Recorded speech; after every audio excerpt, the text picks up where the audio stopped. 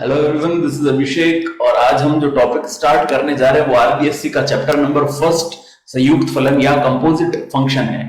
इस चैप्टर के अंदर हम पहले बेसिक कॉन्सेप्ट पढ़ेंगे इसका कि फंक्शन क्या होता है, कितने टाइप्स का होता है, इसकी क्या टर्मिनोलॉजी है, और इसके बाद ये हिंदी और इंग्लिश दोनों मीडियम के अंदर मैं एक्सप्लेन करूंगा, यानी दोनों ही मीडियम के बच्चों के लिए ये वीडियो फ्रूटफुल होगा। ये वीडियो का बेसिक कॉन्सेप्ट देखने के बाद आपको कभी भी फंक्शंस के अंदर पर्टिकुलरली आपको प्रॉब्लम नहीं आएगी। और इसके बाद हम इसकी एक्सरसाइज को स्टार्ट करेंगे, तो आशा करता हूं आपको ये समझ में आए। तो जब कंपोजिट फंक्शन हम पढ़ना स्टार्ट करेंगे तो उससे पहले हमें ये पता होना चाहिए कि फंक्शन क्या होता है। अब फंक्शन क्या है, इसके टर्म्स क्या है, इनको समझने के लिए मैं एक एग्जांपल से स्टार्ट करता हूं। जैसे हमने छोटी कक्षाओं के अंदर देख रखा है कि fx अगर कोई एक बहुपद दे रखा है, यानी पॉलिनोमियल हमको गिवन है x स्क्वायर प्लस 3, ठीक है। तो अब यहां पे हम fx जो है वो डिपेंड कर रहा है x की वैल्यूज के ऊपर, यानी हम x के अलग अलग मान अगर यहां पे पुट करेंगे तो हमको fx की डिफरेंट डिफरेंट वैल्यूज मिलेगी। तो मैं यहां पर fx के प्लेस पे अगर y एक वेरिएबल लेट करता हूं तो y इज इक्वल टू क्या हो जाएगा, x स्क्वायर प्लस 3। अब इस फंक्शन के अंदर यानी इस पॉलिनोमियल या इस बहुपद के अंदर y का जो मान है वो x के मान के ऊपर निर्भर करता है, यानी y की वैल्यू x की वैल्यू के ऊपर डिपेंड करती है। जैसे अपन इसको वैल्यूज पुट करके देखते हैं। यहां पे अगर मैं x की वैल्यू पुट करता हूं 1, इसको इस तरफ लिखा है मैंने, x की वैल्यू अगर मैं पुट करता हूं 1 तो हमारे पास जो y की वैल्यू होगी तो ये मिलेगी हमको 4, यानी 1 का स्क्वायर प्लस 3 यानी 4। अब मैं अगर x की वैल्यू पुट करता हूं 2 तो यहां पे 2 का स्क्वायर 2 2 4, 4 प्लस 3 यानी 7, तो यहां पे y की वैल्यू हमको क्या मिलेगी 7। अब मैं वैल्यू रखता हूं 3, x की वैल्यू 3 रखी, 3 3 9 और 9 और 3 12, तो हमको वैल्यू 12 मिली। तो x की डिफरेंट डिफरेंट वैल्यू रखने पर हमको y की डिफरेंट डिफरेंट वैल्यूज प्राप्त हो रही है। तो इस प्रकार ये जो x है ये एक हो गया इंडिपेंडेंट वेरिएबल, यानी हम कुछ भी मान रख सकते हैं x की जगह पे, लेकिन y जो है वो डिपेंड कर रहा है किसके ऊपर, x के ऊपर। तो y क्या हो गया, इंडिपेंडेंट वेरिएबल। तो इस टर्म को जब हम मैपिंग यानी चित्र के रूप में दर्शाते हैं तो इसको मैप करना कहते हैं या मैपिंग करते हैं। तो इस प्रकार हम इसको एक सर्कुलर फॉर्मेट के अंदर लिखते हैं। ये संख्याओं का एक समूह है तो इसे हम सेट कहते हैं। ये सेट हो गया A और ये हो गया सेट B, यानी वैल्यू 1 रखने पर हमको वैल्यू मिली 4, वैल्यू 2 रखने पर वैल्यू मिली हमको 7 और 3 रखने पर हमको मिली 3। तो इस एग्जाम्पल के हेल्प से हम समझ सकते हैं कि अगर दो सेट हमारे पास है A और B, इन दो सेट्स किसी एक रिलेशन या किसी एक नियम या किसी एक सूत्र या एक फॉर्मूले से एक दूसरे से जब कनेक्टेड हो या जुड़े हुए हो, इसकी जो बेसिक डेफिनेशन वो यही दे रखी है बुक्स के अंदर, कभी भी दो नॉन एम्प्टी सेट यानी अरिक्त समुच्चय, अरिक्त यानी उसके अंदर कुछ ना कुछ वैल्यू जरूर होगी।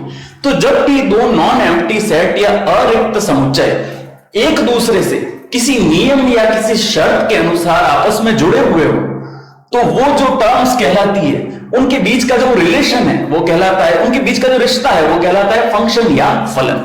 यानी A और B एक दूसरे से कैसे हो गए, रिलेशन से हो गए, जिसको हम कहेंगे फंक्शन या f। इसको यहां पे f से शो करते हैं, ठीक है। A से B में जो एक संबंध है वो सूत्र है या एक रिलेशन है उसको हम कहेंगे फंक्शन। यानी यहां पर उसको दर्शाते कैसे हैं, f such that A belongs to B। इसको हम ऐसे बोलेंगे, फलन इस प्रकार A से B में परिभाषित है। Function is defined from A to B। A से B में जब फलन परिभाषित होता है तो अपन इसको इस प्रकार से लिखते हैं। अब इसको एक दूसरे तरीके से समझते हैं। जैसे हमारे पास एक मशीन है, जूसर मशीन, जो जूस निकालने के काम आती है। तो हम क्या करते हैं, यहां पे जब भी कोई फ्रूट इनपुट के अंदर देंगे तो हमको आउटपुट में उसका जूस मिलेगा। जैसे हम अगर यहां पे मौसमी को इनपुट के अंदर यूज लेते हैं तो हमको हमेशा यहां पर जो होगा वो क्या मिलेगा, मौसमी का जूस। ठीक है, मौसमी इनपुट की तो हमको आउटपुट के अंदर मौसमी का जूस मिल गया। ये यहां पर जो हुआ, ये मशीन जो है इसको कहेंगे फंक्शन। यानी फंक्शन यानी ये कोई कार्य कर रहा है, कार्य करने के द्वारा हमको जो इनपुट देते हैं उसका हमको क्या मिलता है? आउटपुट। आउटपुट यानी परिणाम मिलता है। हम कुछ डालते हैं उसके अंदर और परिणाम मिलता है। इसी प्रकार एक और प्रकार का जो जूसर है, जैसे गन्ना,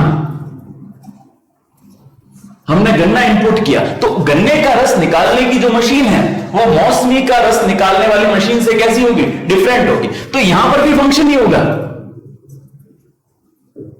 लेकिन इस फंक्शन को ऑपरेट करने वाली जो मशीन है वो डिफरेंट टाइप की होगी। तो यहां पे गन्ना हमने इनपुट के अंदर यूज लिया और यहां पर हमको जूस मिल गया, किसका? गन्ने का। ठीक है, तो इसी प्रकार इसको ऐसे समझा जा सकता है कि यहां पर एक मशीन का यूज कर लिया हमने, जैसे यहां पर इनपुट हमने डाला x, इस मशीन का कार्य क्या था कि इस मशीन में जो भी हमको इनपुट दिया जाए पहले हमको उसका स्क्वायर करना है। तो यहां पे स्क्वायर होगा, उसके बाद ये जो x है इसमें ऐड करना पड़ेगा हमको 3 और हमको जो आउटपुट मिलेगा वो मिलेगा y। तो इस चीज से हम इसको रिलेट कर सकते हैं कि फंक्शन एक मशीन की तरह कार्य करता है कि जब हम कोई भी x का मान इसके अंदर इनपुट करेंगे, हम x की वैल्यू को इसके अंदर भेजेंगे तो सबसे पहले x की वैल्यू का क्या होगा? स्क्वायर। सबसे पहले जाते ही स्क्वायर हुआ, उस स्क्वायर होने के बाद उसमें क्या ऐड होगा? 3 ऐड होगा। तो उसमें ऐड करेगा 3 और वो जो फाइनल आउटपुट मिलेगा उसको हम क्या बोलेंगे? y। तो इस प्रकार फंक्शन को एक मशीन की तरह भी समझा जा सकता है। अब हम शुरू करते हैं इसकी बेसिक कॉन्सेप्ट। फलन क्या होता है पहले हम इसको समझते हैं। फलन की जो डेफिनेशन बुक के अंदर दे रखी है उसके अकॉर्डिंग कभी भी दो अरिक्त समुच्चय यानी नॉन एम्प्टी सेट्स, जिसके अंदर नॉन एम्प्टी मतलब कुछ ना कुछ वैल्यू जरूर गिवन हो, तो जब दो नॉन एम्प्टी सेट के सारे अवयव एक दूसरे से कनेक्टेड हो, एक दूसरे से जुड़े हुए हो किसी भी नियम या किसी शर्त के अनुसार, जैसे इसको एग्जांपल से हम ऐसे समझते हैं, यहां पे हम लिखते हैं सेट ए। सेट ए के अंदर 1 2 3 अगर 3 कोई अवयव या एलिमेंट्स गिवन है, यहां पर दे रखा है सेट बी। सेट बी के अंदर भी 3 अवयव हैं, x, y और z, एलिमेंट्स या अवयव कहते हैं। अगर ये तीनों अवयव सेट ए के सेट बी के अवयव से कनेक्टेड हो किसी भी नियम या किसी शर्त के अकॉर्डिंग, जैसे अगर 1 को मैं कनेक्ट करता हूं x से, 2 को कनेक्ट करता हूं y से और 3 को कनेक्ट करता हूं z से, तो किसी शर्त के अकॉर्डिंग ये एक दूसरे से कनेक्टेड होंगे। इस प्रकार शर्त का पालन करते हुए जब सेट ए सेट बी से जुड़ा हो तो वो नियम या वो शर्त जो है वो फंक्शन या फलन कहलाती है। तो इसको हम ऐसे लिखते हैं कि f such that a belongs to b, यानी एक a और b में कोई फंक्शन इस प्रकार है जिसकी वजह से a b से कनेक्टेड है। अब इस फंक्शन के कुछ रूल्स और रेगुलेशंस हैं, उनको हम समझते हैं। पहला जो रूल्स इस रेगुलेशन के अंदर जो पहला रूल है वो है सेट a के सारे एलिमेंट्स जो है वो कनेक्टेड रहने चाहिए। ऐसा एक भी एलिमेंट नहीं होना चाहिए जो कि छूट जाए पीछे। जैसे इसको मैपिंग के थ्रू हम समझते हैं। यहां पे जो इसके एलिमेंट्स थे 1 2 3 और यहां पे हम यूज लेते हैं x y और z। तो ऐसा इसके अंदर होना चाहिए कि इसका ये पार्ट इससे कनेक्टेड है, 2 y से कनेक्टेड है। अगर 3 z से कनेक्टेड नहीं होगा तो ये वाला जो दोनों सेट है ये एक दूसरे को फंक्शन नहीं कहलाएंगे। जैसे मान लो ये 2 ही है और अगर मैं इस 2 को z से कनेक्ट कर देता हूं तो ये वाला जो टर्म होगा ये फंक्शन नहीं कहलाएगा। तो ये सबसे इंपॉर्टेंट है कि जो सेट A होता है यानी पहला सेट जिसमें हम इनपुट देते हैं वो सेट के सारे एलिमेंट्स कवर होने चाहिए, जैसा कि मैंने यहां पे बताया। दूसरी इसकी जो सबसे बड़ी शर्त है वो ये है कि सेट A के जो सारे एलिमेंट्स हैं 1 2 3 इससे केवल एक ही आउटपुट जनरेट हो सकता है, यानी यहां पर हम x y और z लिखते हैं। तो ऐसा है कि अगर 1 y से कनेक्टेड है 2 x से कनेक्टेड है तो ऐसा नहीं होगा कि 2 से एक और एरो निकलेगा, एक एलिमेंट से केवल एक ही एरो निकलेगा सेट A के। सेट B के अंदर वो ज्यादा होगा, उससे हमको लेना देना नहीं। हमारा जो बेसिक कॉन्सेप्ट है उसमें ये ध्यान रखना है कि सेट A के जो एलिमेंट है उससे केवल एक ही इनपुट निकलेगा। इसको हम ऐसे समझ सकते हैं कि अगर हमारे पास एक फंक्शन है जो जूसर है, अगर हम उसमें मौसमी का फ्रूट इनपुट करते हैं तो हमको मौसमी का जूस ही मिलेगा। ऐसा नहीं है कि मौसमी इनपुट की और हमको मैंगो शेक उससे मिल गया, तो ये चीज वैलिड नहीं होती। इसी प्रकार फंक्शन के अंदर भी जब हम एक इनपुट देते हैं तो उससे एक ही आउटपुट निकलेगा, उससे 2 आउटपुट नहीं निकलेंगे। ऐसा नहीं होगा कि हमने इनपुट तो दिया 1 और एक बार उसका जो रिजल्ट है वो दो अलग अलग हमको मिले। जैसे ऐसा नहीं होगा कि इससे भी y निकलेगा और इससे भी x निकलेगा। इसको हम एग्जांपल के थ्रू समझते हैं। जैसे y is equals to 2x plus 4 हमको एक दे रखा है, तो हम जब यहां पर x की वैल्यू 1 पुट करेंगे, तो यहां पे हमने x की वैल्यू को पुट किया 1, यहां पे हमको मिला 6, y की वैल्यू 6, तो x एक इनपुट दिया तो उस पर आउटपुट भी हमको एक ही मिलेगा। तो इसको इस प्रकार से समझा जा सकता है कि एक इनपुट देने पर हमको एक ही आउटपुट मिलेगा। तो दो चीजें हमारे पास क्या थी कि सेट ए का जो हर एलिमेंट है वो प्रयुक्त होना चाहिए इस प्रकार, और सेट बी एक दूसरे के अंदर, यह है सेट ए का जो हर एक एलिमेंट है वो उसमें से केवल एक ही आउटपुट निकलेगा, एक से ज्यादा आउटपुट नहीं निकलेगा। अगर एक से ज्यादा आउटपुट निकलता है तो फंक्शन नहीं कहलाता। तीसरी चीज इसके अंदर जो वैलिड है वो ऐसा है कि ऐसा नहीं है कि सेट बी के सारे एलिमेंट इसके अंदर कवर हो, ऐसा भी हो सकता है। जैसे यहां पर ये 1 2 3 और यहां पर हमारे पास है x y z और a।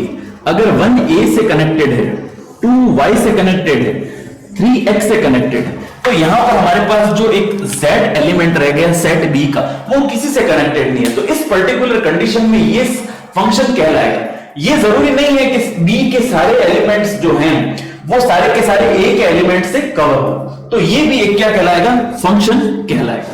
अब इसके अंदर हम एक नई चीज पढ़ते हैं, वो चीज है इनकी टर्मिनोलॉजी, मेन टर्म्स कौन कौन सी। इन दोनों सेट्स के अंदर सेट ए हमारे पास है और दूसरा है हमारे पास सेट बी। तो यहां पर 1 2 और 3 यूज लेते हैं। यहां पे हम कहेंगे x y z और p, ये चार हमने इसमें एलिमेंट्स का इंट्रोडक्शन किया। तो अगर हम इसको ऐसे कनेक्ट करें, 1 जो है वो x से कनेक्टेड है, 2 जो है वो z से कनेक्टेड है और 3 जो है वो p से कनेक्टेड है।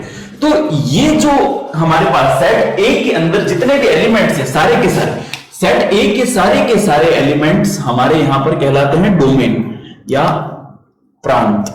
इसको हम बोलते हैं डोमेन या हिंदी में इसे लिखेंगे प्रांत। सेट बी के सारे अवयव वो कहलाते हैं सहप्रांत, सहप्रांत या इनको कहते हैं कोडोमेन। और इसके अंदर अब ये इंपॉर्टेंट चीज है, यहां बहुत स्टूडेंट्स के अंदर कंफ्यूजन रहता है कोडोमेन और रेंज के अंदर। तो जो एलिमेंट्स सेट बी के सेट ए के एलिमेंट से कनेक्टेड हैं वो कहलाते हैं रेंज, यानी ऐसे अवयव जो कि सेट ए के अवयवों से जुड़े हों वे परिसर या रेंज कहलाते हैं।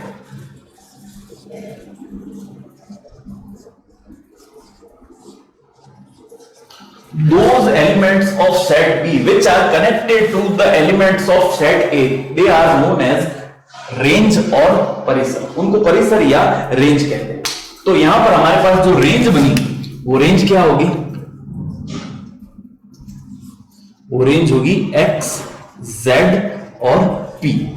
सहप्रांत इसमें कौन कौन से होंगे, यानी कोडोमेन की अगर बात करें,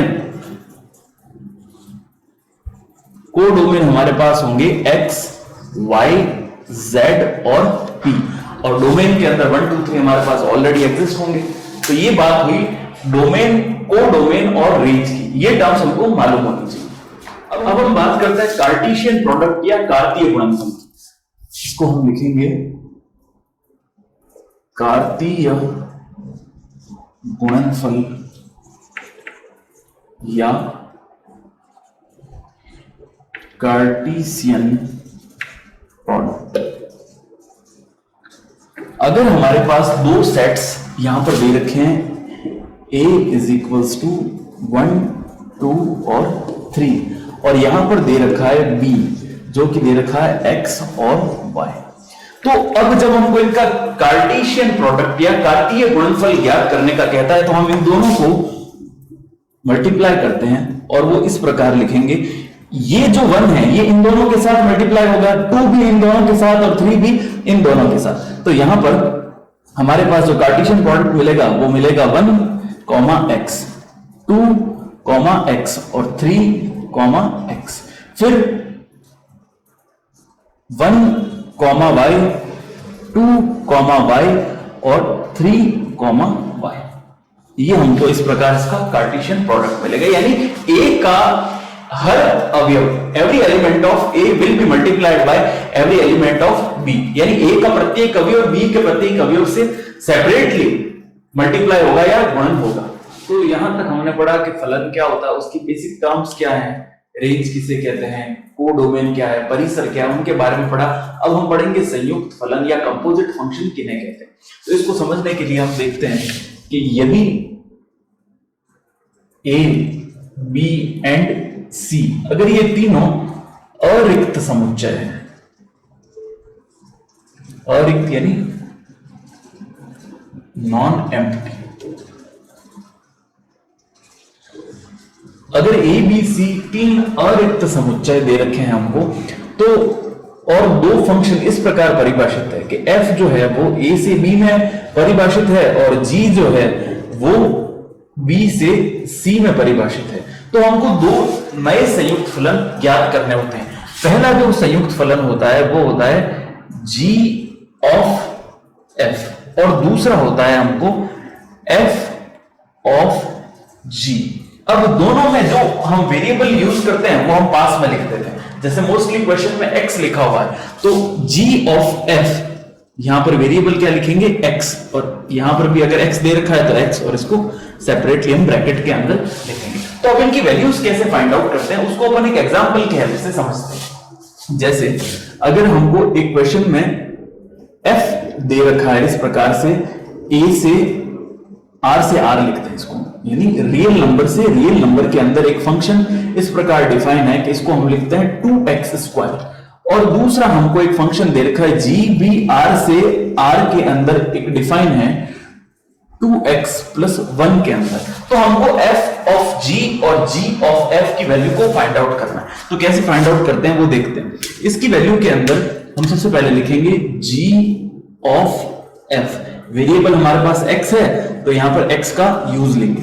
अब इसको बनाते हैं तो हम ये देखेंगे कि इस प्लेस पे आगे की तरफ कौन सा फंक्शन लिख रखा है, तो आगे की तरफ g लिखा हुआ है तो हम सबसे पहले g को एज इट इज लिख देते हैं, 2 ब्रैकेट के अंदर लिखते हैं x और प्लस का 1। अब बाहर तो हमको फंक्शन किसका बनाना है, g का, तो हमने g का फंक्शन लिख दिया, बट वेरिएबल क्या है जो पीछे वाला फंक्शन दे रखा, पीछे वाला क्या दे रखा f, तो f की जो वैल्यू है 2x² वो यहां वेरिएबल के प्लेस पे हमको पुट करनी है। तो क्या करेंगे, जहां भी x दे रखा होगा उस x के प्लेस पे हमको क्या लिखना है 2x², तो इसको मल्टीप्लाई करेंगे 2 × 2 = 4 और x², साथ में 1 को एज इट इज। तो ये हमारे पास क्या हो गया g ऑफ f, यानी गॉस जैसा जनरल टर्म के अंदर, जनरल लैंग्वेज के अंदर इसको गॉस के जैसे यूज में लेते हैं। दूसरा हमको बनाना है FOG, यानी फंक्शन ऑफ f, जहां पर वेरिएबल की तरह हमको किसको ट्रीट करना है, g को। तो इसके लिए फंक्शन किसका लिखना है, f का, तो फंक्शन f का लिख दिया हमने 2 और ब्रैकेट में क्या बना दिया x², यानी ये जो स्क्वायर था वो मैं यहां पे लिखता हूं। अब वेरिएबल की जगह पे हमको क्या लिखना है g, तो g की वैल्यू क्या है यहां पर 2x + 1, तो यहां पर हम क्या करेंगे 2 तो यहां लिख दिया, अंदर लिखेंगे 2x + 1 और स्क्वायर। अब इसको a + b के होल स्क्वायर से ओपन करेंगे पहले, तो 2 तो एज इट इज अंदर बनेगा a² यानी 4x² प्लस 1 प्लस 2ab, तो 2 × 2x यानी 4x। ठीक है, इसको मल्टीप्लाई करेंगे 2 से तो हमारे पास टर्म बनेगी 8x² प्लस का 2 प्लस का 8x। तो ये जो हमारे पास वैल्यू आई ये किसकी आ गई, FOG की वैल्यू। तो क्लियर है ये GOF और FOG की वैल्यू किस प्रकार से फाइंड आउट करते हैं। तो इस एक्सरसाइज 1.1 के अंदर हमको GOF और FOG की वैल्यू यानी संयुक्त फंक्शन की जो वैल्यूज है केवल वही फाइंड आउट करनी है। तो अब इसके क्वेश्चन की तरफ मूव ऑन करते हैं।